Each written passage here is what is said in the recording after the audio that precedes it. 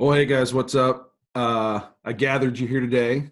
We talk about Clowney in our upcoming episode a little bit, in our free agent episode dropping Thursday. But since we recorded, there's been some more details dropped. ESPN Adam Schefter reporting that Clowney rejected a huge offer from the Browns, the biggest offer he's got so far. I just kind of wanted to see what you guys thought about that. Does Jadeveon Clowney, is he worth that much money to you guys, in your opinion, especially with the D-line we already have? So what do you guys think of that? All right. Well, I'll just say real quick that going through like his stats and his career stats, they have the position listed, and every year so far it's DN/linebacker. So I'm even looking at him as potential because we do have that weak linebacking core right now. Do you see him as a stand-up linebacker, like in the middle, though? I see him, if anything, he's more of like an outside back. Yeah, they have him listed outside, right and left. And if he's going to play outside backer, do you think he's better than Myles Garrett or Olivier Vernon? Stats-wise, he's not better than Vernon over the last 6 years. He's definitely a more exciting player to watch, though. I mean, you're always looking for an impact Clowney has on the field, and he sees obviously way more double team, stuff like that, than what Olivier Vernon's seen in the last 6 years. But stats-wise, Vernon's better at solo tackles, QB hits, and sacks. And everybody's freaking out about how much we paid Vernon.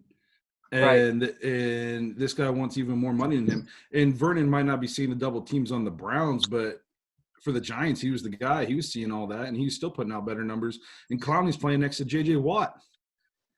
Right. J.J. Watt's getting all those double teams. What's Clowney? Well, Clowney was seeing single coverage all day.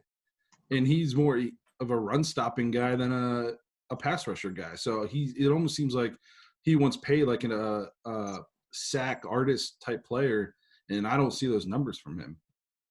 I mean, his best season was 2018 with JJ, and I mean, I guarantee you he's gonna see some good looks with Myles Garrett on the other side. I mean, I would say at least he'd get some good opportunities. I mean, don't get me wrong. If we got Clowney at a reasonable price, I'm never going to say he's a bad player, but I just don't think he's as good as he thinks he is to be turning down multi-year biggest offer on the table just because he thinks he's sweet because he's Jadeveon Clowney. I don't know who he thinks he is. He's not Aaron Donald. I think it's more of a Cleveland reputation kind of issue. Like their front office has been, I don't know, different every year. Yeah. Front office, coach, everything just from the bottom to the top, So I think that probably plays into it. You'd want stability, in the team that you're going to. That's at least some of the stuff that I've read, what could be the factor that he would turn down that much money. And there's not a lot of teams out there that can pay him like this. I think the teams that I saw that still needed that position were like Detroit and Miami. And Detroit, I don't know how you guys feel about Detroit, but dumpster fire. That's really a better situation. And the other one was Miami. And so they had a good draft, but so did we. Better situation? I don't think so. No, not really. No, and so part of me gets like maybe people don't want to come to Cleveland because we're Cleveland. We have a history of being bad. But the other part of me, which most of me is, if you don't want to be here, we don't want you. We're Cleveland. Right. You sound we'll like do Freddie this without you. Yeah. You ever heard like a song? Come on now. Yeah. I mean, if he can't see the kind of opportunities he would get if he was on this roster, I don't know if I can help him. I mean, he's going to be lining up with Myles Garrett, Sheldon Richardson. We just drafted Elliott. There's all this D-line depth. He's going to be getting great opportunities. Yeah, and he turns that down. So I don't know. To me, he's still living off that Michigan hit, in my opinion. Like, he still thinks like every play he plays is like that, and that's not the case. Yeah, and I don't know if he thinks that he can go somewhere and be the guy, and that's what he's looking for. But stats kind of show what you are over this, number of years, and I don't think he can go somewhere and be the guy. He needs a partner, a Myles Garrett, a J.J. Watt, somebody like that. Yeah. We talked about Myles Garrett a little bit in this upcoming episode. Number 1 overall pick, and I said, despite his potential and being solid, I don't think he's lived up to number one overall status yet. Well, Clowney's the same thing just before Garrett. Has he lived up to that number one overall pick status? I don't think so. Yeah, my biggest thing of why I'm a little hesitant on Clowney, especially for the money that he's wanting, is I looked at some stats, and he only played – now last year he was hurt. He played 13 games, but he only played 70% of the snaps. Okay, Myles Garrett for us in Cleveland before his suspension was playing 85% of the snaps on defense. So, I mean, if you're going to get that kind of money, you better be on the field as much as you can be, and not he's on there for first down, and then you might see him on third down, or he'll play first and second, but it's 3rd and 3 and he's not on the field. Yeah, and this guy played next to J.J. Watt. He had, what Justin said, his best season with Watt. What about his other seasons with him? I mean, in J.J. Watt, pre all these injuries, he was the Aaron Donald before Aaron Donald. If you weren't getting sacks playing next to J.J. Watt, you're never going to get sacks. Yeah, he's never had double-digit sacks. That's crazy to me.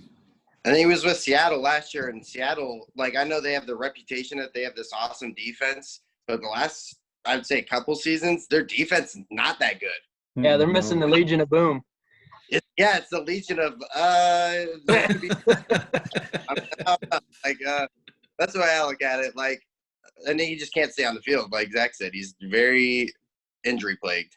Yeah, and that's the elite pass rushers aren't still free agents this far into the process.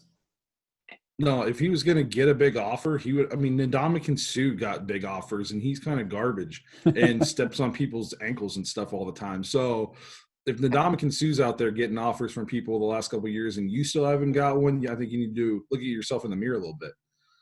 He's getting offers. He's just turning them all down. Like, he turned down Miami already. Like, and I'm sure Seattle probably threw money at him to keep him in Seattle, but he's just literally, he thinks he's $20 million. Obviously, like, his agent has said he's trying to get him the most money he can, but he's already dropped, what, $4 million off. Is he down to 16, 17 now he's willing to go down to? That range. And I heard Cleveland offered him 19. And he turned he turned down 19. Who does he think he is? I'm taking 19. But I work in a factory, so I mean, who am I to say anything? Yeah, so I don't get that. And I know we talked about this in a little bit in the upcoming episode, but I think we just wanted to all touch on this new report. I know when I read it, I was like, man, who's this guy think he is? And I knew you guys had some fun stuff to talk about it. So I'm happy we got to do a little bit of episode 2.5 before 3 comes out. There you go. Absolutely. Well, yeah, you guys have a great, was this Sunday? Yeah. Yeah, all my days run together now. I'm not essential. I'm very essential. I got to go back to work. See you guys. All right. Later.